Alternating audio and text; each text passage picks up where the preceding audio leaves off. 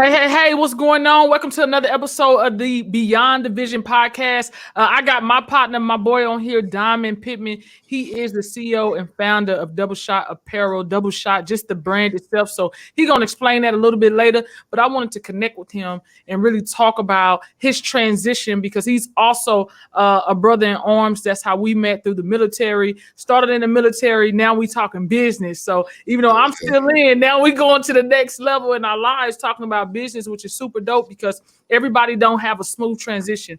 Everybody don't know what's next for them. So I really want you to, talk to the audience about that, but I'm gonna let him introduce himself, y'all. Give my brother some love. Make sure he'll plug at the end. And if you're watching live, I'll shoot it across the screen, but make sure you follow him, Double Shot Apparel. And that's with 2 T's, Double Shot Apparel, Instagram. Are you on Facebook? Are you doing Facebook yet?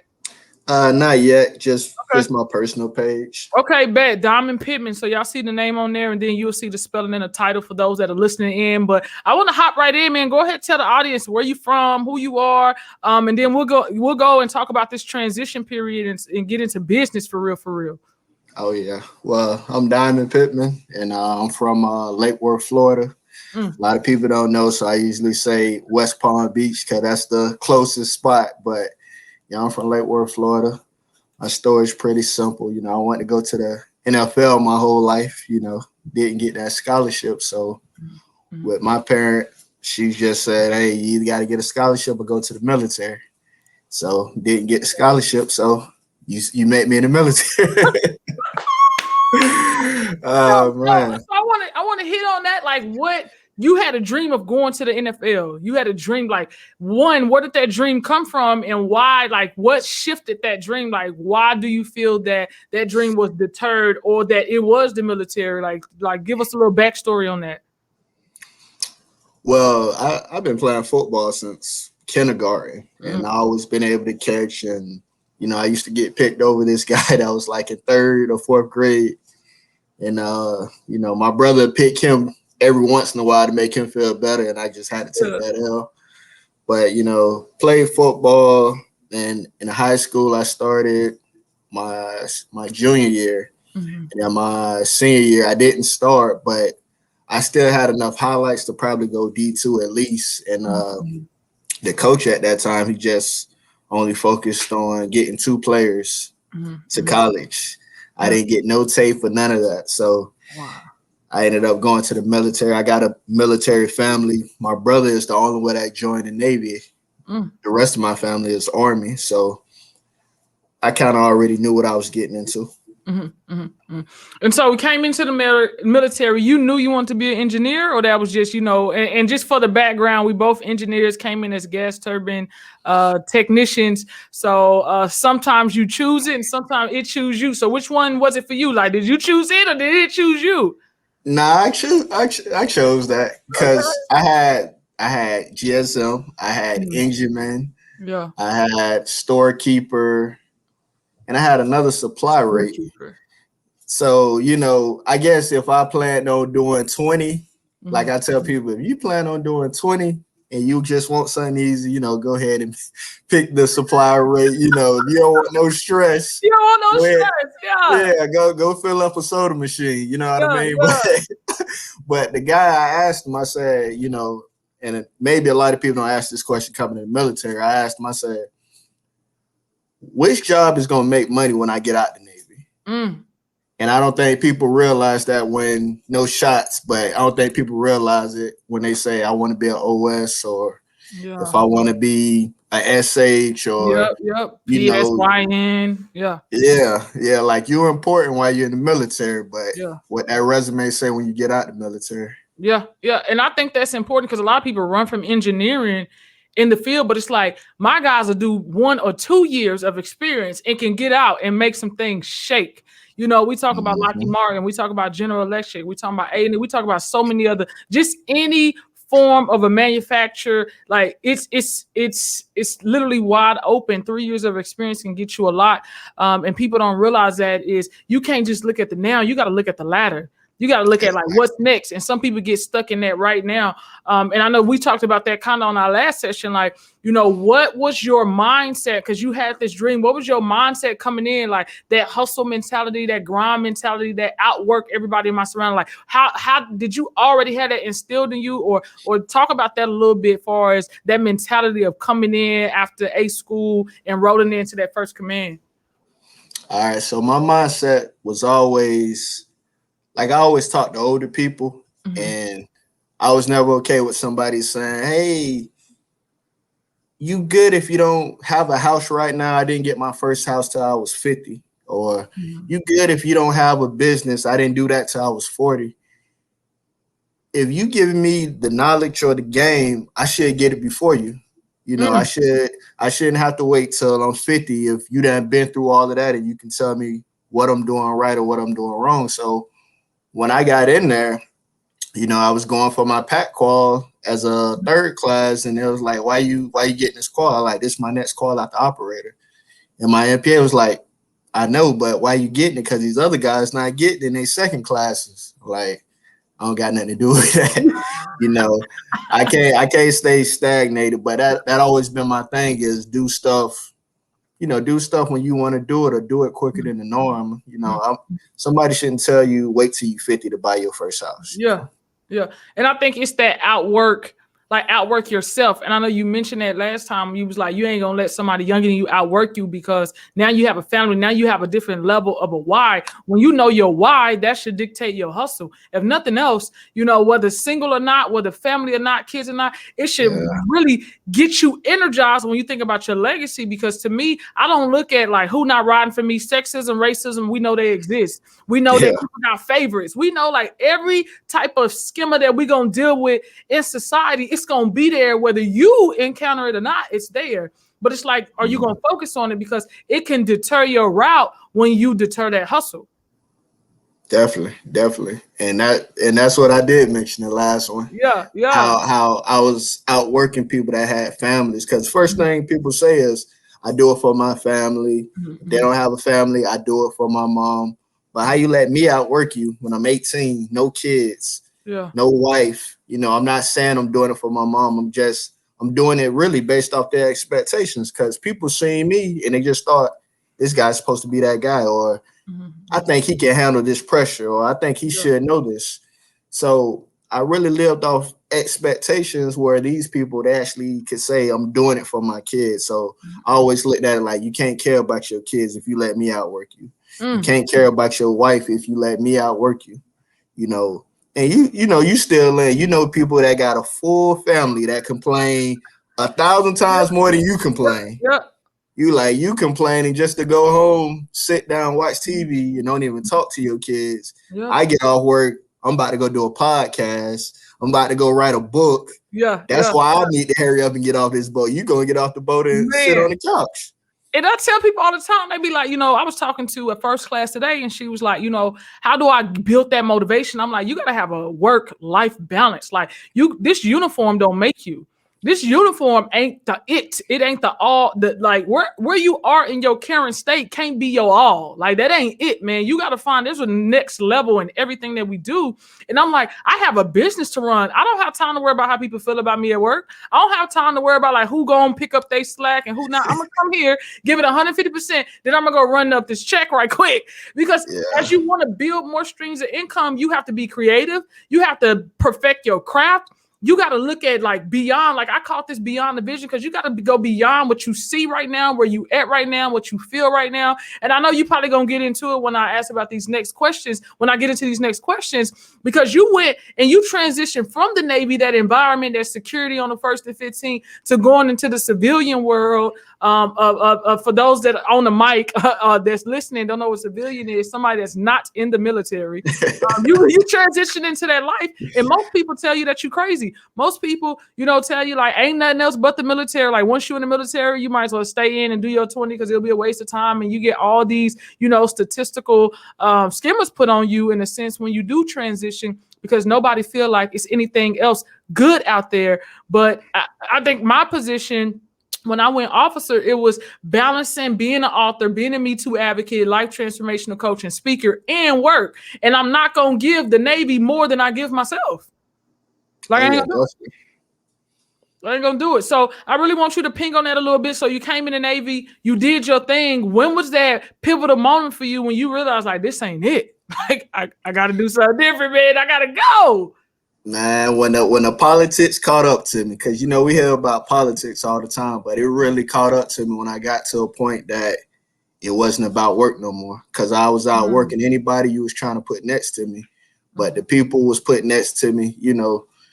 For you had one person. I'm not going to say no names because they're probably going to see this, but you might know them.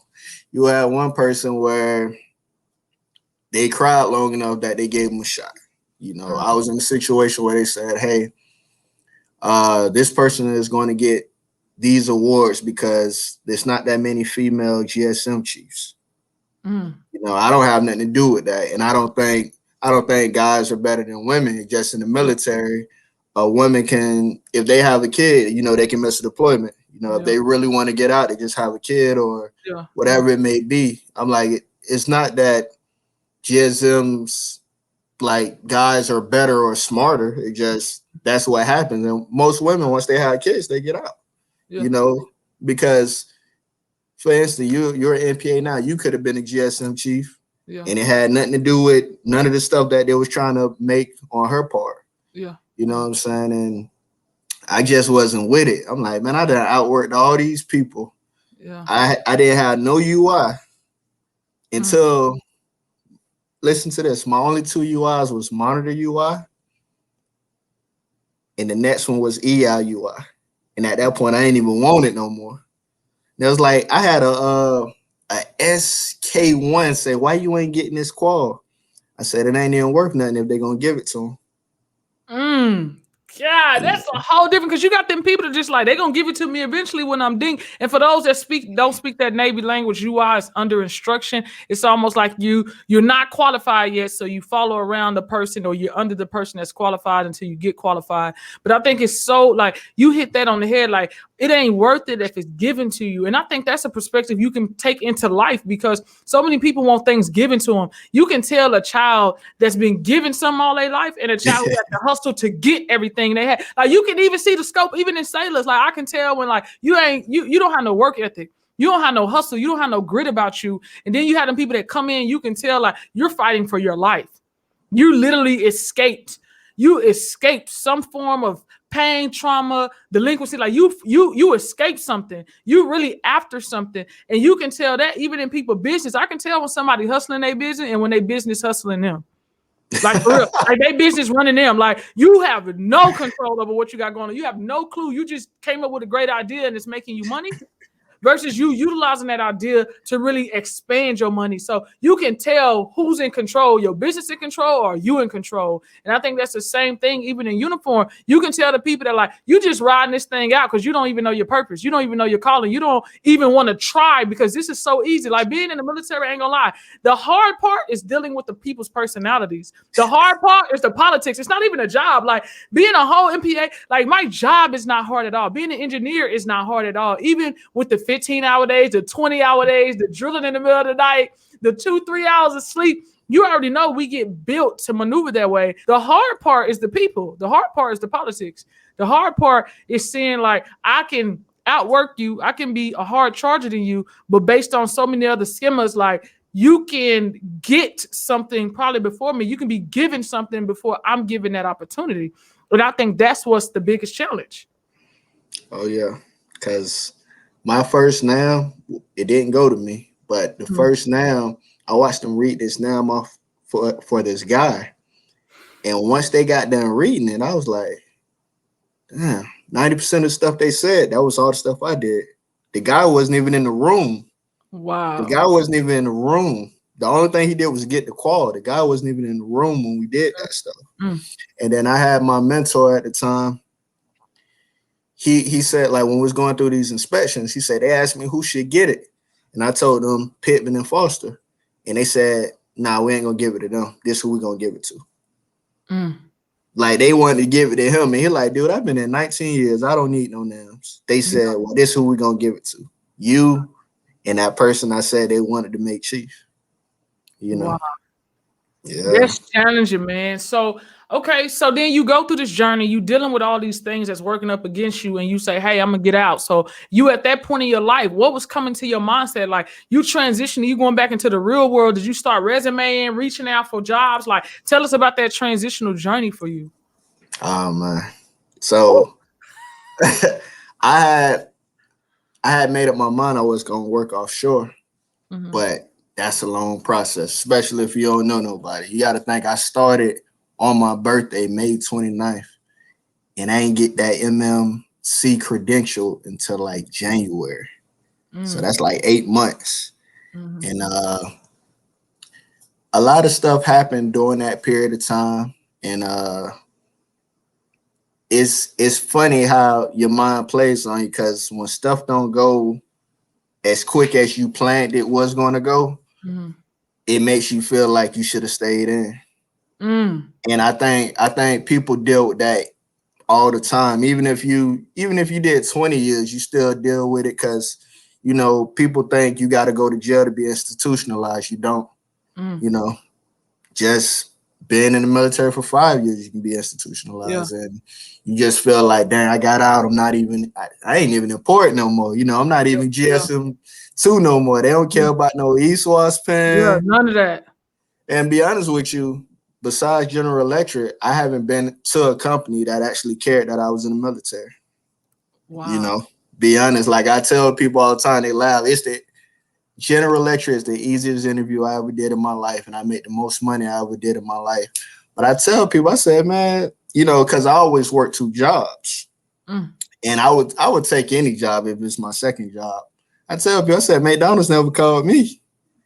You know, the toughest interview I ever did was Wingstop, and the way they talked to me, you would have thought I dropped out of high school or something. They said, why you want to work here?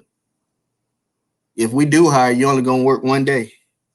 If we do hire, you only gonna give you 4 hours. I was like, man. So it's an interesting road to get to here. You know, I tell people I went to school. I worked 2 jobs and went to school every single day. Not like I got a job on Monday through Wednesday and a job Thursday.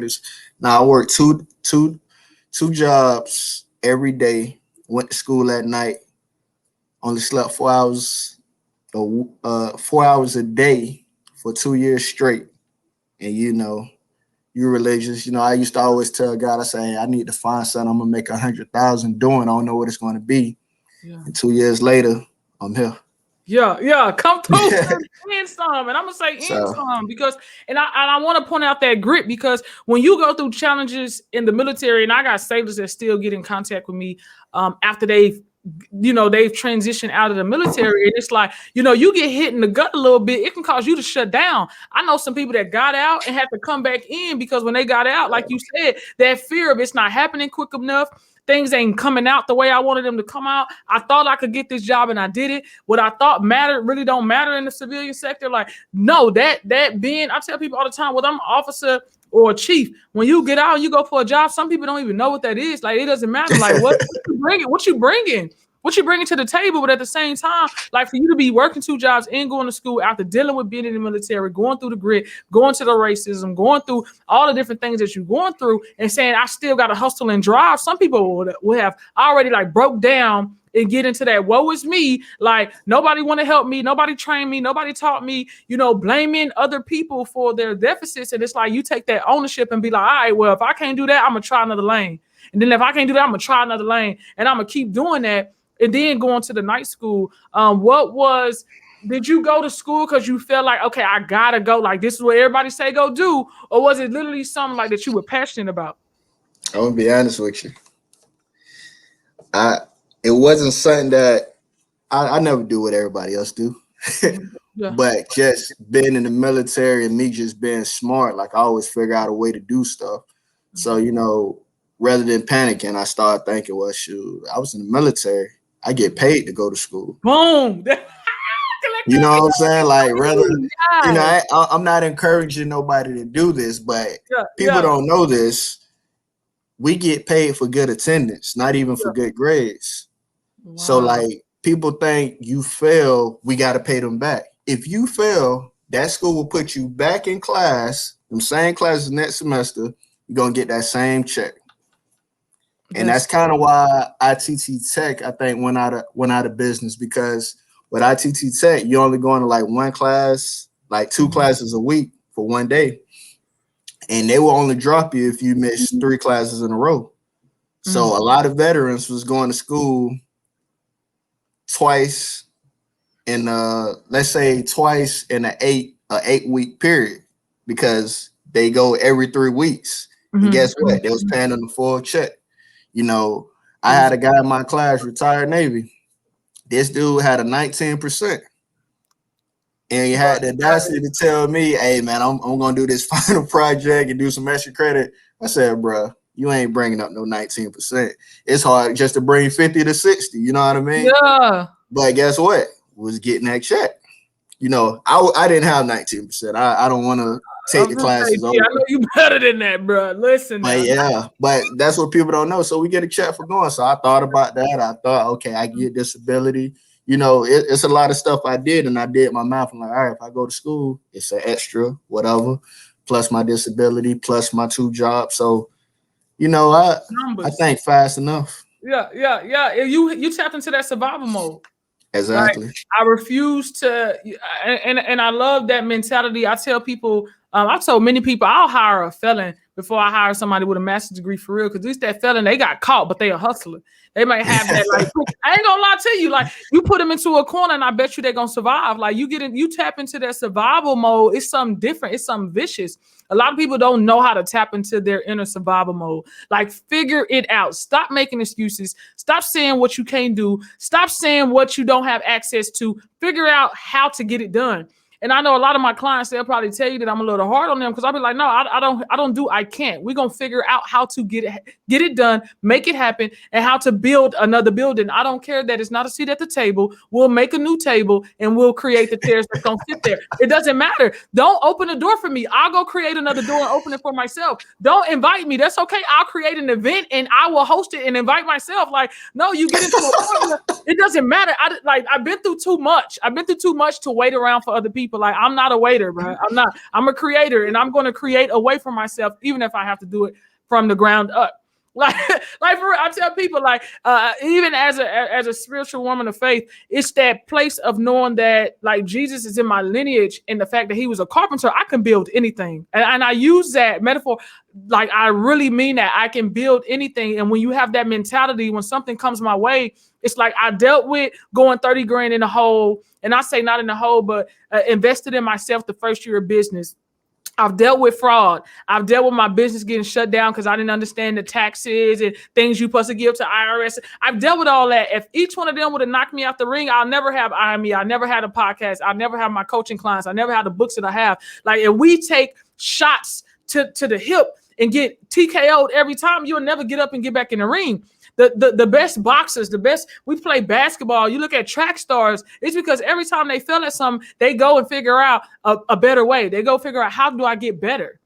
You know what I'm saying? So it's all at that point where you get into that survival mode, is like finding a better way, finding a way out. I don't care that you caged in. Like, you got the key to the cage that you're in. You just got to unlock that thing and go forth and be great.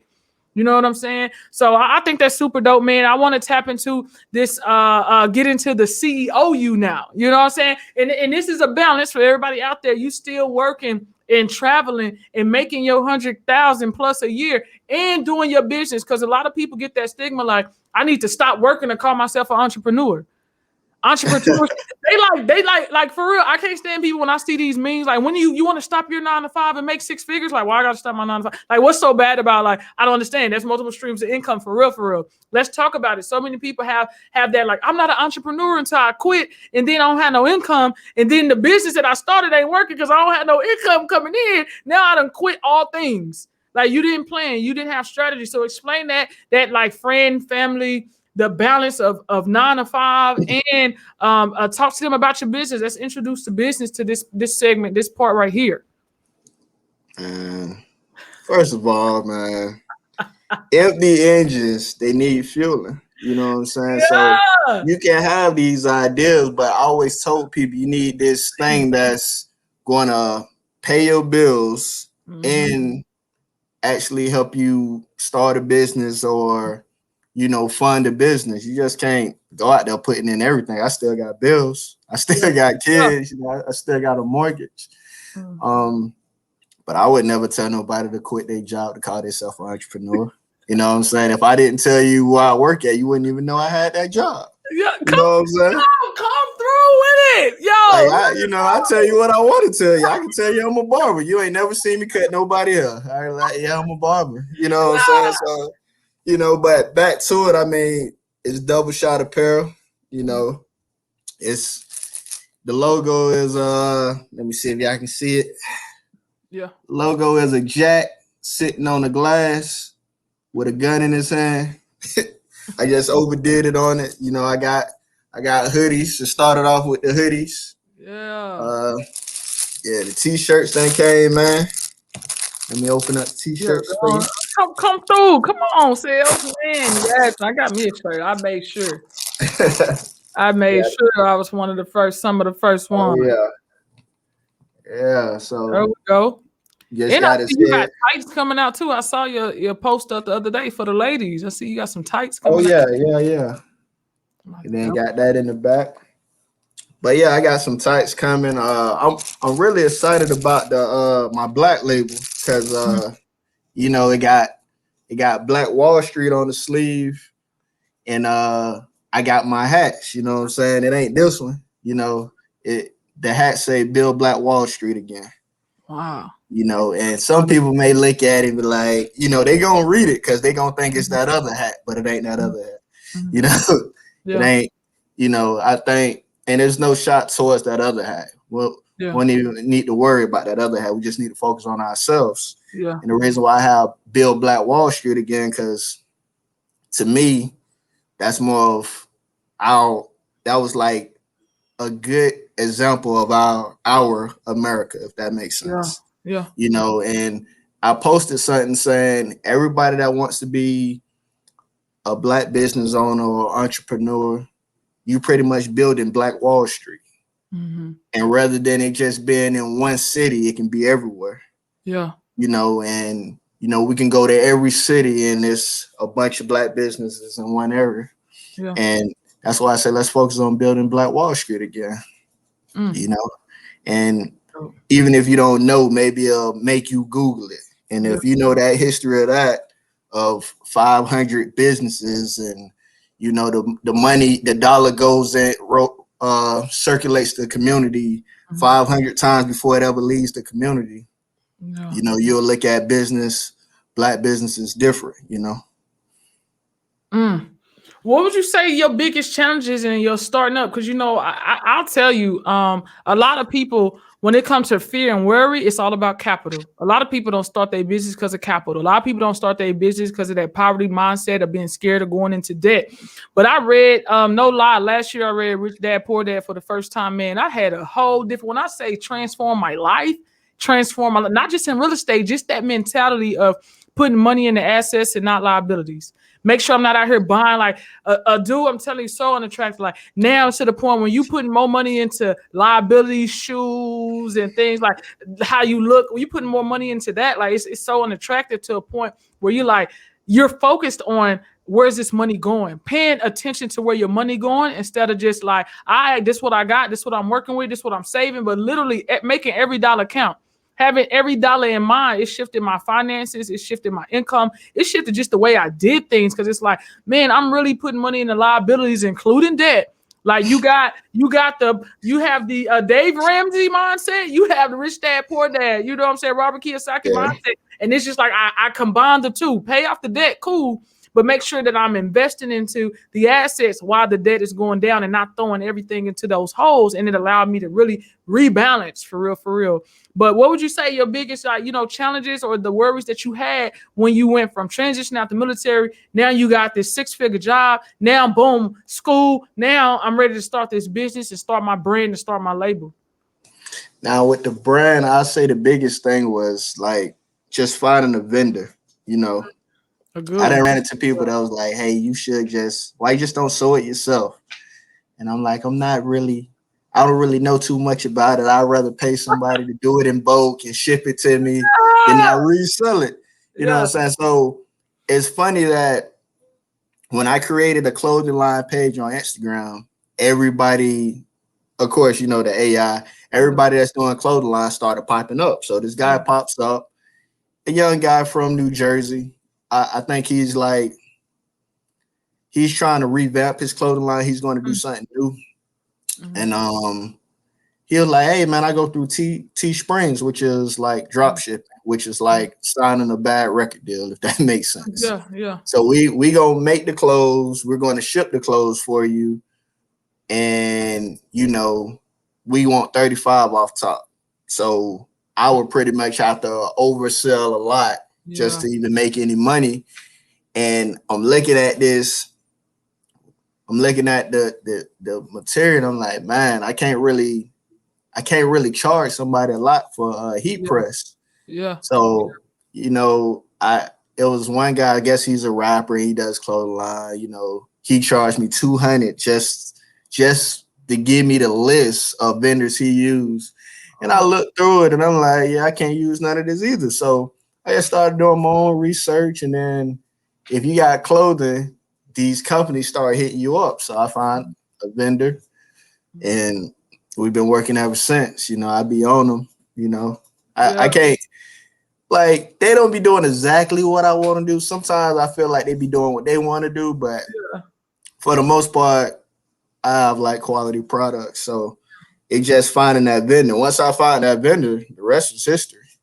You know, you talk to them, hey, how much you can do 25 of these, and oh yeah, we can do this price. And I send them the money, send them the shipping money, and then they send it. And then I post everything and resell it. So, and I think it's important that what you say, you did your research. Listen, everybody that come, I say every opportunity, not a good opportunity. Don't be an opportunity. Every opportunity you will waste, and not saying waste, you're going to invest a lot of money with no ROI. If you take everything that comes into your inbox, some of my clients, as soon as they, you know, I work with a lot of people that either starting small businesses, trying to get their book on the shelf, speakers, coaches, authors, all that good stuff. Those are mostly my clients. And I'm like, soon as you start posting as a speaker and a coach, you're going to have people that saying, let's build your followers on Instagram. You're going to have people that saying, get on my podcast. You're going to have people that saying they can revamp your marketing, your website. Listen, don't bite. Those people are targeting, like, you are a target. You are new. Do not bite, because when you start something, everybody going to say they can take you to the next stage. Everybody going to say they're going to give you what it is that you're looking for. Everybody going to say that they the solution to your problem. But make sure you do your research and make sure that the equity that they saying they're going to put into you, you see it in an investment. You see the proof in the pudding. You see a resume for real, but it takes research. You can't just say, hey, this is what I want to do, and the first thing that come across your desk, you bite at it. You're going to lose out. You can lose out. That's funny you say that, because I meditated today, and the only thing that came to my mind was be more patient. Wow. So that's funny you say that. And yeah, it's different in this clothing, because, you know, with clothing, it's kind of funny.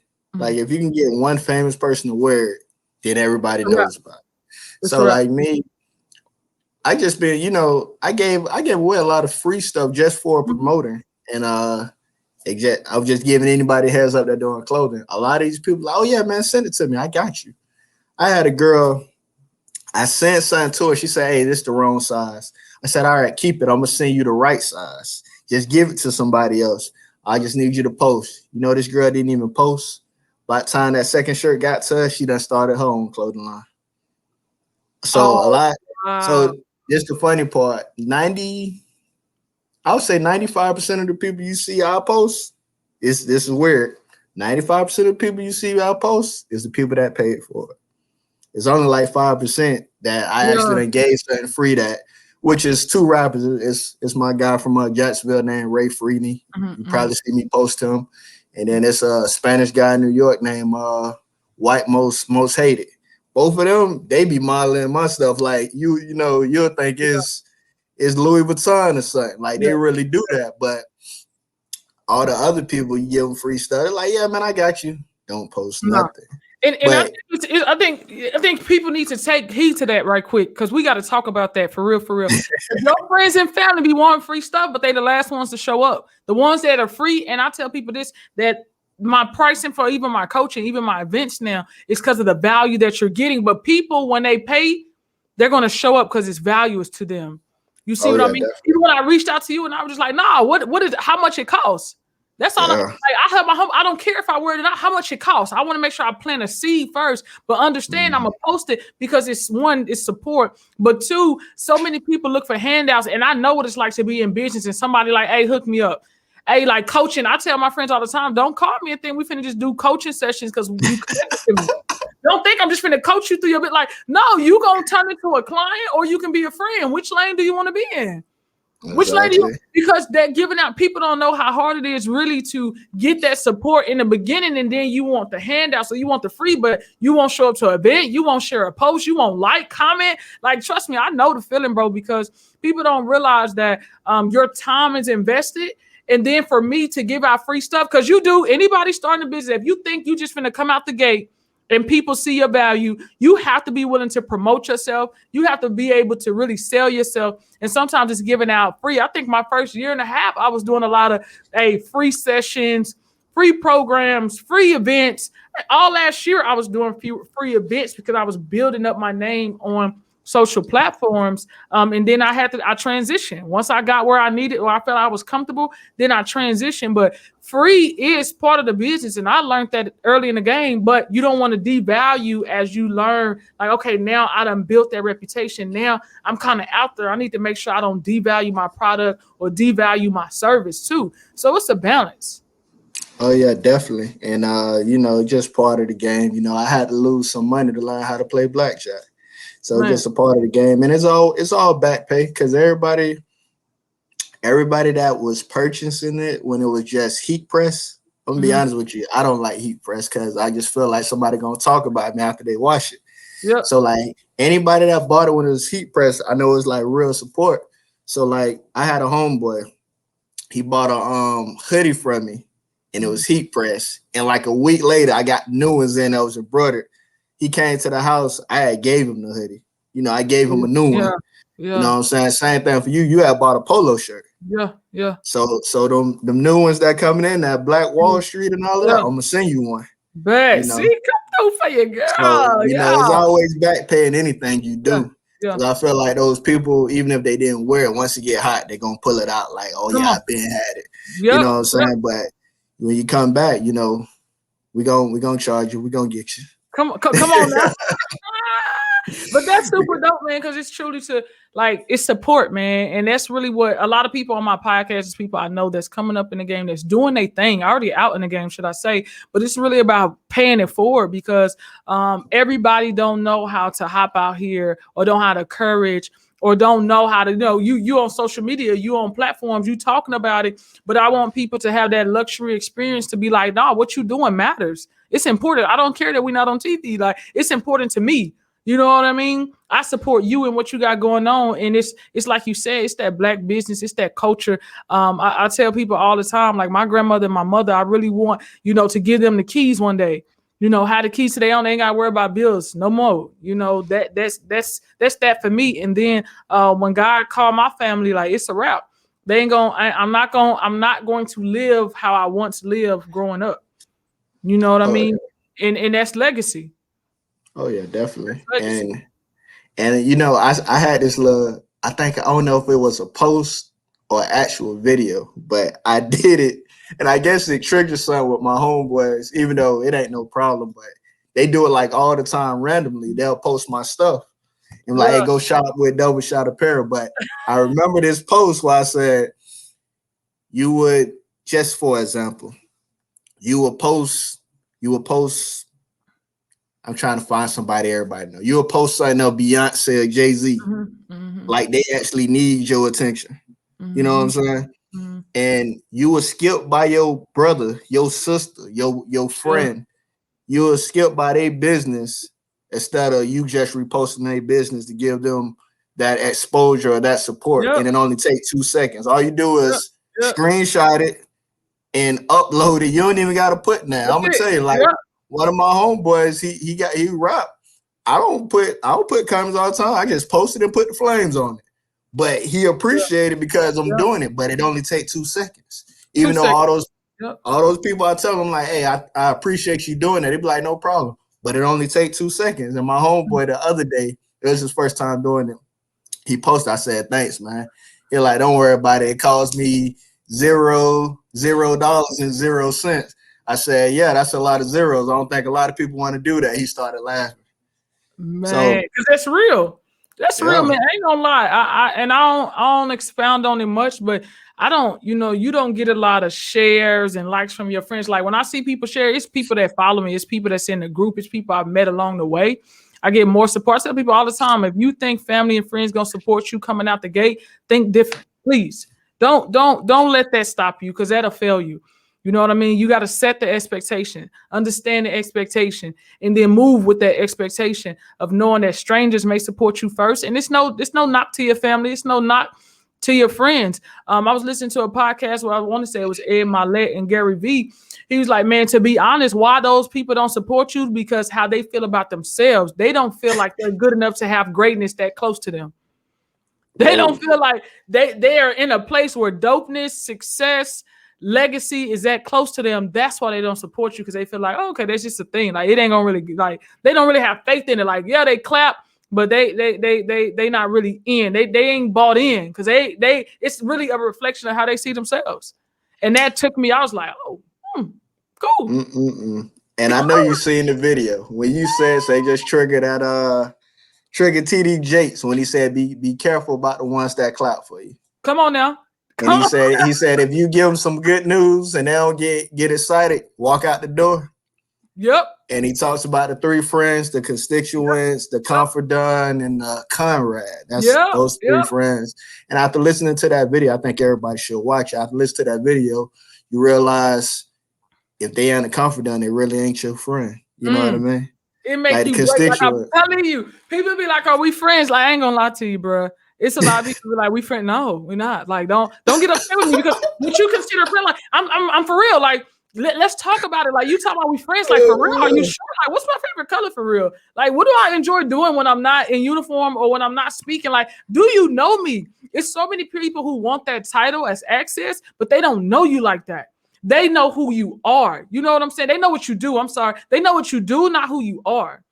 It is like peel back them layers. Don't be cool with me for what I do. Don't have access to me because of what I do. Don't label me because of what I do. The friend, they know who I am behind this. They know them things that's not on the podcast. That's not in the book. They know those things. They know they know that if I call you once a year, don't take it to heart. They know that, hey, she probably working. She a hustler. I'm a hustler all day. If you ain't trying to hustle and move forward, I ain't saying that I ain't going to have that ear to you, but I don't do well with negativity. If it's just complaining negativity and you ain't trying to move and you ain't trying to make something shake and you want to talk about the same thing we've been talking about for years, like, hey, write it down in a text and I'll read it later. For real. Oh, yeah.